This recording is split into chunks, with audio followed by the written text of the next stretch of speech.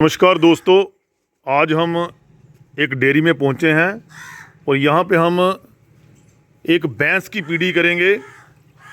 Normally ज़्यादातर हमें गायों की पीढ़ी करने को मिलती है, लेकिन आज हम इस डेयरी में पहुंचे हैं। इनके पास 7 से 8 भैंसें हैं, अच्छी नस्ल की, ज़्यादा दूध देने वाली। और आज हम भैंस की पीढ़ी करेंगे क्योंकि भैंस में गेस्टेशन पीरियड गाय के कंपैरिजन में 1 महीना ज़्यादा होता है। इसलिए डिफरेंशिएट करना प्रेगनेंसी में कि गाय कौन से महीने में है और भैंस कौन से महीने में है, तो 1 महीने का डिफरेंस रहता है।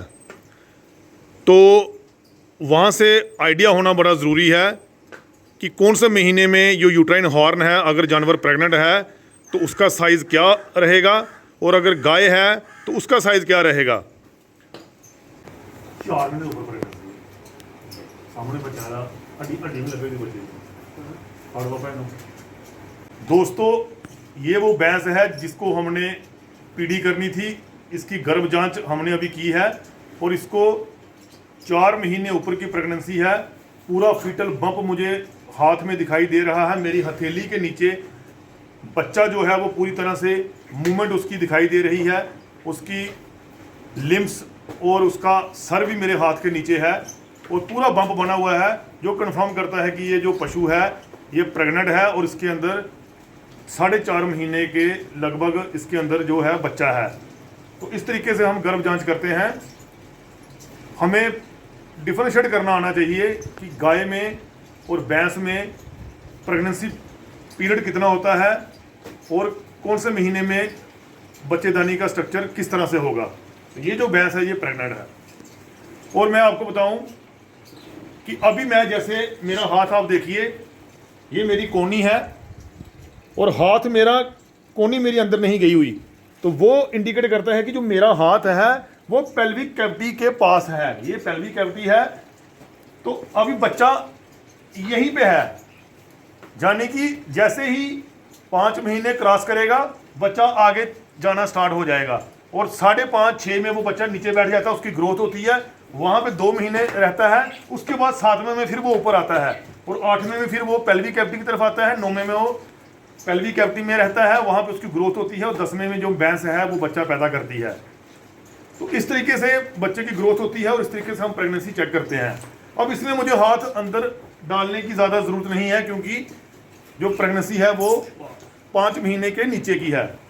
जैसे कि मैंने इस भैंस की पीढ़ी की है, आप मेरा हाथ देखिए, मेरा ग्लव्स देखिए, इसके ऊपर सिर्फ गोबर लगा हुआ है। किसी भी तरह का कोई ब्लड स्प्लॉट नहीं है, ना ही कोई ब्लीडिंग है, क्योंकि जब भी आपने पीढ़ी करनी है बड़े ही जेंटल तरीके से करनी है। और सबसे बड़ी बात है कि ये जो पशु है ये काफ़ी कोऑपरेटिव है, इसने कोऑपरेशन दिखाई है।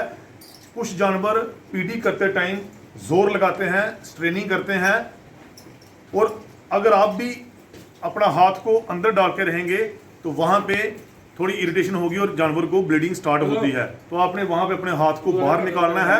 आप देखिए बिल्कुल भी ब्लड क्लॉट नहीं है, यानी कि जानवर भी कोऑपरेटिव था और हमने बड़े जेंटल तरीके से पीढ़ी की है, जिससे हमें पता चल गया कि ये जो पशु है ये प्रेग्नेंट है। जब आपने अपने हाथ को अंदर डालना है तो आपका हाथ यहाँ पे रहेगा, तो आपने अपनी हथेली को खोलना है। तो जो फीटल बम्प है वो आपके हथेली के नीचे लगना चाहिए। वहाँ पे मुझे बच्चे के जो पार्ट हैं वो हाथ को टच कर रहे थे और फीटल बम्प मिल रहा था, प्लेसेंटोम भी फील हो रहे थे। तो ये एक अच्छा मेथड है प्रेगनेंसी डायग्नोसिस का फील्ड में पशुओं में गर्भ जांच करने का। आप इस वीडियो को लाइक करें, ज़्यादा से ज़्यादा लोगों में शेयर करें, मेरे चैनल को सब्सक्राइब पक्का करें ताकि मेरी हर वीडियो प्रैक्टिकल नॉलेज वाली वो आपको देखने को मिले। आप हर एक जो केस है, जो बीमारी है, उसकी पहचान कर सकें, उसका क्या डायग्नोसिस है और किस तरह से हम फील्ड में केस को डायग्नोस करके उसका इलाज करते हैं। क्योंकि फील्ड में हमारे पास ज़्यादा डायग्नोस्टिक एड नहीं होते हैं, ना ही हम कोई जानवर का प्रॉपर तरीके से टेस्ट कर सकते हैं ब्लड का, या फिर कोई अल्ट्रासाउंड एक्सरे नहीं होता। लेकिन किस तरह से भैंस में पीढ़ी की जाती है, गर्भ जांच की जाती है और भैंस को देखा जाता है प्रेगनेंसी के लिए कि वो प्रेग्नेंट है या नॉन प्रेग्नेंट है, और क्या मेथड रहता है और गेस्टेशन पीरियड भैंस और गाय में कितने टाइम का होता है।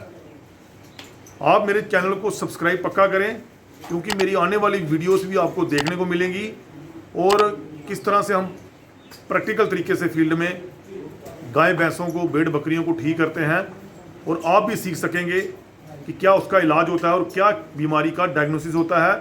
धन्यवाद, शुक्रिया।